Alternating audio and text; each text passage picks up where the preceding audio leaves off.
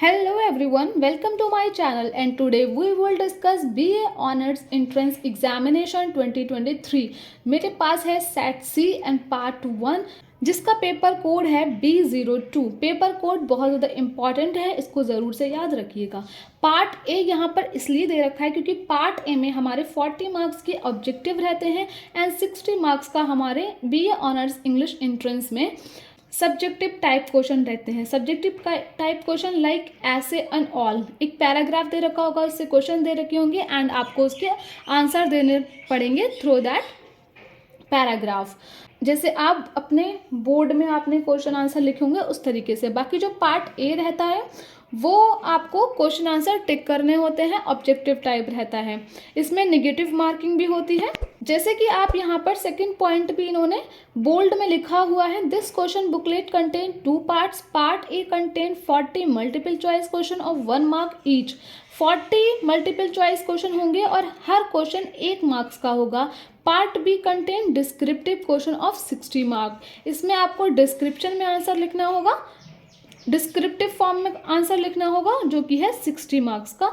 और इसमें point number 4 में इन्होंने दे रखा है कि there is a negative marking. इस पेपर में नेगेटिव मार्किंग है, फॉर ईच रॉन्ग आंसर 0.25 आपका कट हो जाएगा। ठीक है। क्वेश्चन नंबर 3 में दे रखा है अगर आपको रफ स्पेस चाहिए तो आप इसकी बिगिनिंग में या एंड में एज अ रफ वर्क के लिए स्पेस जो है वो यूज कर सकते हैं। तो चलिए स्टार्ट करते हैं हम अपने फर्स्ट क्वेश्चन से।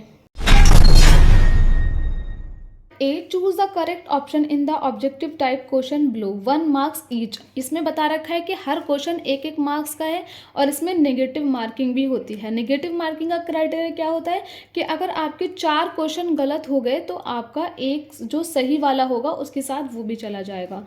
ठीक है। क्वेश्चन नंबर 1 है who has bake the Nobel prize for literature in 2022। Option A is the correct answer, Annie and Knox. तो आपको इस क्वेश्चन के लिए क्या पढ़ना होगा, Nobel prize for literature in 2022, 2023 and 2020। 3 साल के लेटेस्ट पढ़ लीजिए और 19 भी कर लीजिएगा। ये 3-4 साल के आप कर लेंगे तो ये क्वेश्चन आपका एक रेडी हो जाएगा। ठीक है। उसके बाद नेक्स्ट क्वेश्चन पे चलते हैं। Sahitya Akademi award 2022 for English was given to. D is the correct answer, Anuradha Roy. इसके लिए भी आप क्या करेंगे, लेटेस्ट 4 जो है वो पढ़ लीजिए एंड फर्स्ट किसको मिला था वो पढ़ लीजिए एंड दैट इज सफिशिएंट।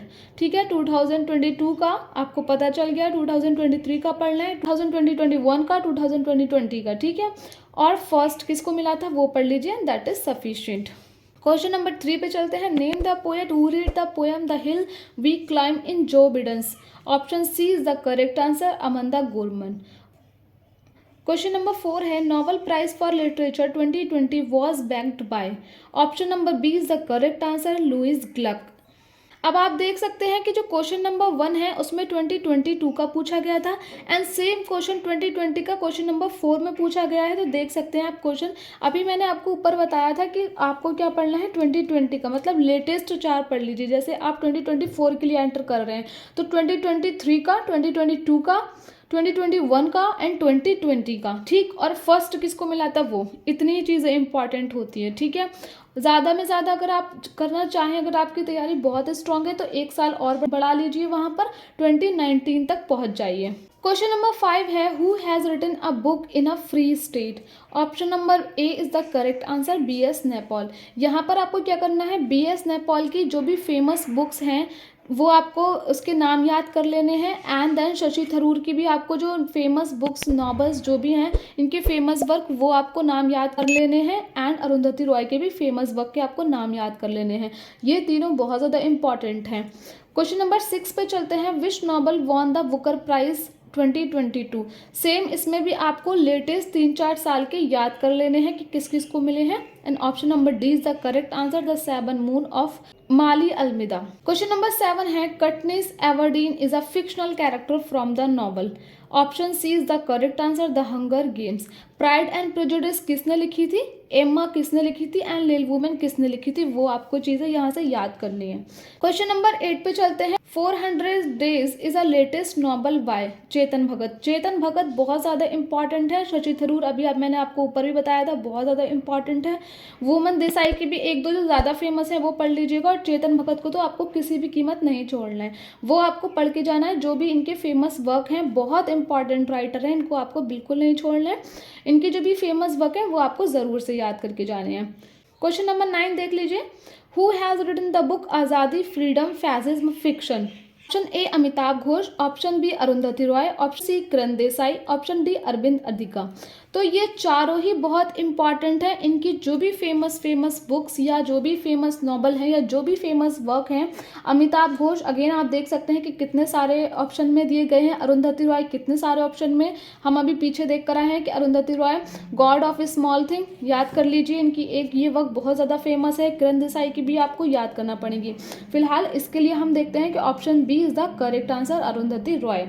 तो एक आपको यहाँ से याद रखनी है कि इन्होंने कौन सी बुक लिखी है, आज़ादी फ्रीडम फैसिज्म फिक्शन। ठीक, क्वेश्चन नंबर 10 पे चलते हैं। What you can do to avoid AIDS is a brilliant book by basket player, name the player. तो उस प्लेयर का हमें नेम बताना है। Option number B is the correct answer, Magic Johnson.